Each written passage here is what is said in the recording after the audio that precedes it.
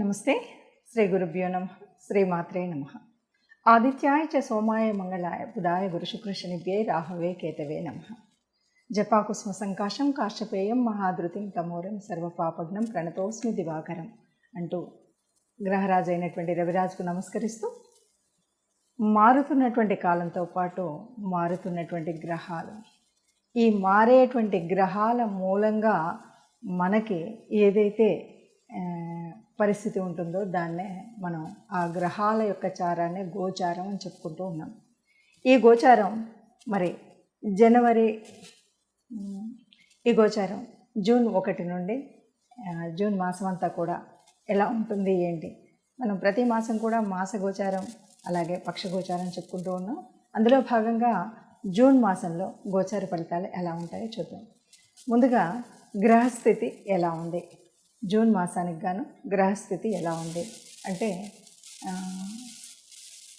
మీనరాశిలో రాహుతో పాటు కుజుడు ఒక్కరోజే ఉంటాడు జూన్లో కనుక చూస్తే.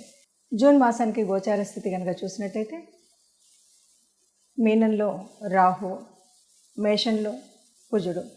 ఇక వృషభంలో కనుక చూసినట్టయితే దాదాపు 4 గ్రహాలు అక్కడే ఉంటాయి. రవితో పాటు గురు, శుక్రుడు, బుధుడు వీరందరూ కూడా ఒకే స్థానంలో ఉండడం, అలాగే కన్యలో కేతువు, ఇక మిగిలినటువంటి శని మనకి కుంభరాశిలో కనిపిస్తున్నాడు.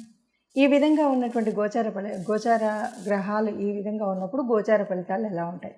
ఇక చంద్రుడు మనకి 2.5 రోజులకు ఒక రాశి చొప్పున మీన నుండి బయలుదేరి ఒక్కొక్క రాశిలోకి వస్తూ ఉండడం కనిపిస్తుంది. జూన్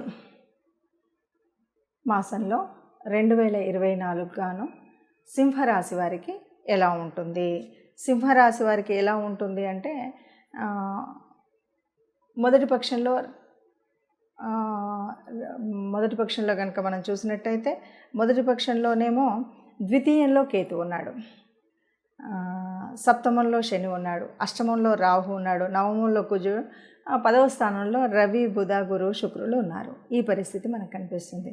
ఇది మాసమంతా ఇలాగే ఉంటుంది. కేవలం మొదటి పక్షంలోనేమో రవి, బుధ, గురు, శుక్రులు 10లో ఉంటే, రెండవ పక్షంలోకి వచ్చేసరికి బుధుడు, శుక్రుడు, రవి 11వ స్థానంలోకి వెళ్తారు. ఈ మాత్రమే చేంజ్ ఉంది.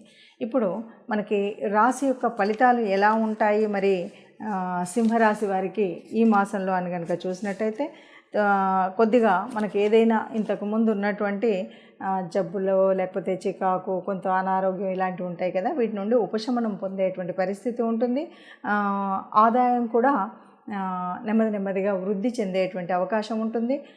అంతేకాదు అందరితో కూడా సత్సంబంధాలు నెమ్మదిగా నెలకొనేటువంటి అవకాశాలు అయితే ఉంటాయి. ఒకటే కాదు, అనేక మార్గాల ద్వారా ఆదాయాన్ని పొందేటువంటి పరిస్థితి దాదాపు 2 పక్షాల్లోనూ కూడా మనం చూస్తూ ఉంటాం. వ్యాపారస్తులు ఎవరైనా వ్యాపారం చేసేటువంటి వాళ్ళు ఉంటే కూడా చాలా వ్యాపారం పంట పండింది అంటారు కదా, అలాగా చాలా ద్విగ్నీకృతం అయ్యేటువంటి పరిస్థితి 2 పక్షాల్లోనూ కూడా కనిపిస్తుంది. తదుపరి లాభాలు అన్నీ, ఏ వ్యాపారం చేసినా, ఏ ఉద్యోగం చేసినా, ఏ పని చేసినా కూడా లాభాలు అయితే చాలా ఎక్కువగా ఉంటాయని చెప్పొచ్చు. మనం ఈ రకంగా చూసినట్టయితే సింహరాశి వారికి ఈ మాసం అంతా కూడా చక్కగా ఉంటుంది, ఇంటా బయట ఉంటాయి. ఇక చిన్న తేడాలు ఏమైతే ఉన్నాయో అవి చూడండి. మొదటి పక్షంలో కనుక మనం చూస్తే ద్వితీయంలో కేతు ఉన్నాడు కాబట్టి ఇది వాక్స్థానం కూడా కాబట్టి మొదటి పక్షంలో మీరు మాట్లాడేటప్పుడు జాగ్రత్తగా ఉండాలి. అంటే ఈ మాసం అంతా కూడా కేతు ఇప్పుడే మారదు కాబట్టి మొదటి పక్షమైనా రెండవ పక్షమైనా మనకి జూన్ మాసం మొత్తం ఇలాగే ఉంటుంది. అలాగే సప్తమంలో శని ఉన్నప్పుడు కొద్దిగా భార్యాభర్తల మధ్య కానీ వ్యాపారవేత్తలు ఉన్నప్పుడైతే కొద్దిగా జాగ్రత్తగా ఉండాలి.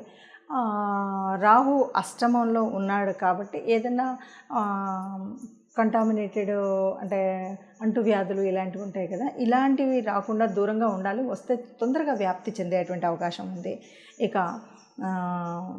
మరి రవి, బుధుడు, గురు, శుక్రులు వీళ్ళంతా కూడా 10వ స్థానంలో ఉంటే ఉద్యోగంలో నిజానికి మీకు ఇంకా పూర్తిగా ఎక్కువగా బెనిఫిట్స్ పొందేటువంటి దానికంటే నార్మల్గా ఉంటుంది. కానీ ఇప్పటికి ఉన్నటువంటి అంటే రవి బుధులు ఇక్కడే ఉండడం వల్ల అనుకున్న దానికంటే ఎక్కువగా లాభాన్ని పొందేటువంటి పరిస్థితి అయితే ఉంది అని చెప్పచ్చు. ఇప్పుడు ఈ రకంగా ఉన్నటువంటి గ్రహస్థితిని బట్టి మరి ఎలా ఉంటుంది ఫలితం అన్నప్పుడు దాదాపుగా అంటే ఈ భూమి మీద పుట్టిన ప్రతి ఒక్కరికి కూడా ఆ గ్రహాల యొక్క అనుగ్రహం ఉండాలి. ఎందుకంటే ఇప్పుడు చెప్పుకునేటువంటి గోచారం కోటాను కోట్లకి ఒక రకంగా ఉంటుంది. అంటే కుంభరాశి వాళ్ళంటే ఎంతోమంది ఉంటారు, మేషరాశి వాళ్ళంటే ఎంతోమంది ఉంటారు. అంటే ఇలా అంతమందికి ఎగ్జాక్ట్గా యాక్యురేట్గా కలుస్తుందా అంటే మనకి అంత ఎగ్జాక్ట్గా కలగకపోవచ్చు, కొంత పర్సంటేజ్ మాత్రమే ఉంటుంది. మరి అలాంటప్పుడు ఎందుకు చెప్పుకోవడం అంటే ఇది చెప్పుకోవడం వల్ల మనం ముందు తీసుకోవాల్సినటువంటి జాగ్రత్తలు ఏవైతే ఉన్నాయో ఆర్థిక వ్యవస్థలో కానీ, ఆరోగ్య సమస్యల్లో కానీ, ఉద్యోగ వ్యాపారాదుల్లో కానీ, వివాహ బంధంలో కానీ, గృహ సంబంధమైనటువంటి కుటుంబ వ్యవస్థలో కానీ వాటి కోసం మనం ముందు చెప్పుకుంటూ ఉంటాం. మరి నిజమైనటువంటి గ్రహముల యొక్క స్థితి ఎలా తెలియాలి అంటే మన యొక్క పర్సనల్ జాతకం ఎలా తెలియాలి అంటే తప్పనిసరిగా మన యొక్క జన్మ కుండలిలో ఏ ఏ గ్రహాలు ఎక్కడెక్కడున్నాయి, ఏ దశ నడుస్తుంది, ఈ దశతో పాటు మరి జన్మకుండలిలో ఏ గ్రహాన్ని అంటే లగ్నాన్ని ఏ రాసులు చూస్తున్నాయి, రాసుల్లో ఏ రాసుల్లో ఏ గ్రహాలు ఉపస్థితిలో ఉన్నాయి, అంతేకాదు దృష్టి ఎలా ఉంది, యుతి ఎలా ఉంది, ఏ రాశి యొక్క దశ అంతర్దశ నడుస్తుంది, ఏ గ్రహం యొక్క దశ అంతర్దశ నడుస్తుంది, ఈ విషయాలన్నీ కూడా మనకు తెలియాల్సి ఉంటుంది.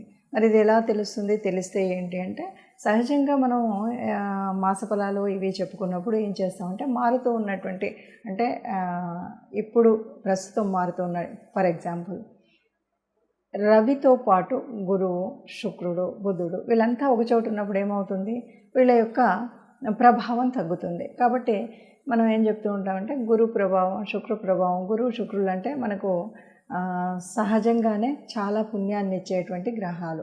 అలాంటి గ్రహాలు అస్తంగత్వంలోకి వెళ్ళినప్పుడు కొంత అనుకున్నటువంటి మనకు అశుభ ఫలితాలు రావు, అశుభ గ్రహాల మూలంగా వచ్చేటువంటి ఫలితాలు రావు. కాబట్టి మనం ఏం చేయాలి అన్నది మనం చెప్తూ ఉంటాం.